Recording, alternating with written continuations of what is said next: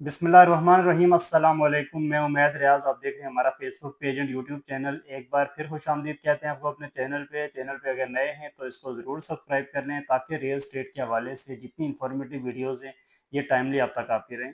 तो आज की जो हमारी वीडियो है ये बैरियर टाउन कराची की मार्केट के ऊपर है। और दूसरा दो तीन क्वेश्चन जो ज़्यादातर अभी मार्केट में घूम रहे हैं, एक तो ये है कि बैरियर टाउन की जो एनओसी है उसके ऊपर है, और दूसरा ये है कि बैरियर टाउन के हालात कब सही होंगे और रेट कब बेहतर होंगे।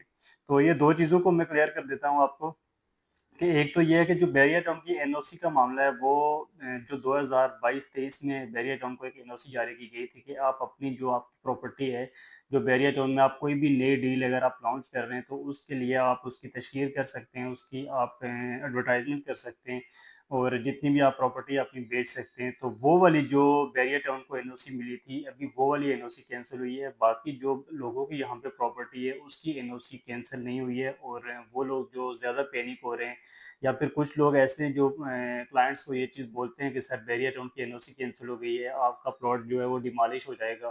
तो ऐसा बिल्कुल भी कुछ नहीं है। अगर आपकी प्रॉपर्टी बैरियर टाउन में है तो आप बिल्कुल आराम से सुकून से बैठ जाएं। और अगर आपको पेमेंट की नीड नहीं है, आपको पैसों की ज़रूरत नहीं है, तो आप उसको हरगिज़ सेल ना करें बल्कि आप होल्ड करके रखें।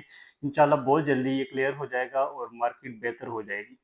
और दूसरा जो ज़्यादातर लोगों की एक थ्योरी आती है कि 2020-21 वाली जो एक मार्केट थी, जो तेज़ी थी, वो दोबारा कब आएगी।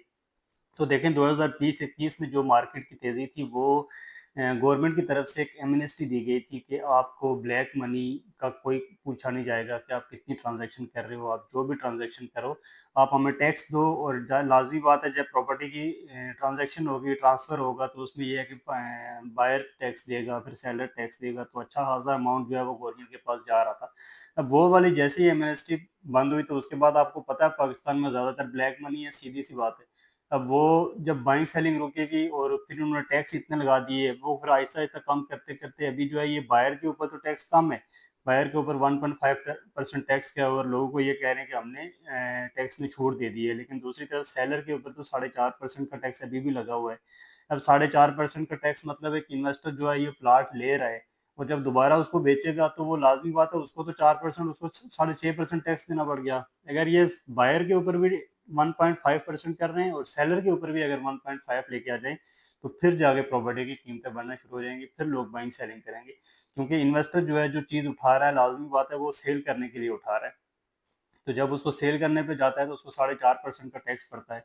तो इस वजह से जो है ये मार्केट रुकी हुई है। बाकी अगर आप कोई देख रहे हैं कि बैरियर टाउन खत्म हो जाएगा, बैरियर टाउन डिमॉलिश हो जाएगा, तो उस वजह से मार्केट रुकी हुई है, ऐसा बिल्कुल भी नहीं है। आज अगर गवर्नमेंट कोई एमनेस्टी स्कीम दे दे प्रॉपर्टी के हवाले से, तो मैं आपको बता रहा हूँ सबसे ज़्यादा जो ट्रांजेक्शन होंगी वो बैरियर टाउन कराची में होंगी। और दूसरा ये है कि एक तो ये रीज़न है, इसके बाद अगर गवर्नमेंट एमनेस्टी दे तो तब जाके बैरिया की मार्केट अप होगी और उसी लेवल के ऊपर आएगी और उससे भी बल्कि डबल हो जाएगी जैसे पहले 2020-21 में आई थी। और दूसरा ये है कि जैसे ही अगर बैरिया टाउन के कोई मामला सेटलमेंट हो जाते हैं गवर्नमेंट के साथ और ये सारे जो नैब के केसेस हैं ये सारे अगर ख़त्म हो जाते हैं तो उसके बाद भी मार्केट बेहतर हो जाएगी, लेकिन उस लेवल के ऊपर नहीं जाएगी। लेकिन हाँ, ये ज़रूर कह सकते हैं कि 20 लाख वाला प्लॉट आपका 40 लाख में हो जाएगा, 35 लाख में हो जाएगा, 45 लाख तक हो जाएगा।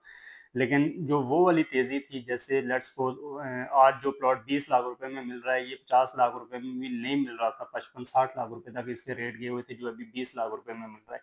10 मरले का प्लॉट अभी 20-25 लाख रुपए में अलॉटमेंट के साथ मिल रहा है, ऑन ग्राउंड जहाँ पे आप लेके फ़ौरन घर बना सकते हैं। तो ये सारे प्लॉट जो थे ये 60 लाख प्लस के रेट थे। इस तरह 5 मरला आपको अभी मिनिमम 20 लाख में मिल रहा है, अलॉटमेंट वाला रेडी टू मूव, जहाँ पे आप फ़ौरन बना के फ़ौरन घर बना सकते हैं। 500 गज का प्लॉट आपको 30-35 लाख रुपए में मिल रहा है अलॉटमेंट के साथ, जहाँ पे आप फ़ौरन घर बना सकते हैं। तो इसी तरह 1000 गज का प्लॉट आपको अभी 1.25 करोड़, 1.5 करोड़, 2.5 करोड़ में मिल रहा है। तो कहने का मतलब ये है कि जो बैरिया की मार्केट है ये दो ही तरीकों से ऊपर जाएगी। और दूसरा ये है कि अभी जो मार्केट है ये बेहतर है, इसमें ये है कि एंड यूज़र का काम हो रहा है और लोग ज़्यादातर अभी परचेजिंग कर रहे हैं और जो बिल्ड अप प्रॉपर्टी है स्पेशली उसके ऊपर अभी लगातार काम हो रहा है। और रेंट की काफ़ी ज़्यादा रिक्वायरमेंट है। अब रेंट की रिक्वायरमेंट का मतलब यही है कि लोग बैरिया में मूव हो रहे हैं। तो बैरिया टाउन दिन ब दिन आबाद हो रहा है। कंस्ट्रक्शन अगर आप देखेंगे तो आपको प्रीसेंट 1 से लेकर तकरीबन प्रीसेंट 30 तक हर प्रीसेंट में आपको कंस्ट्रक्शन होती नज़र आएगी।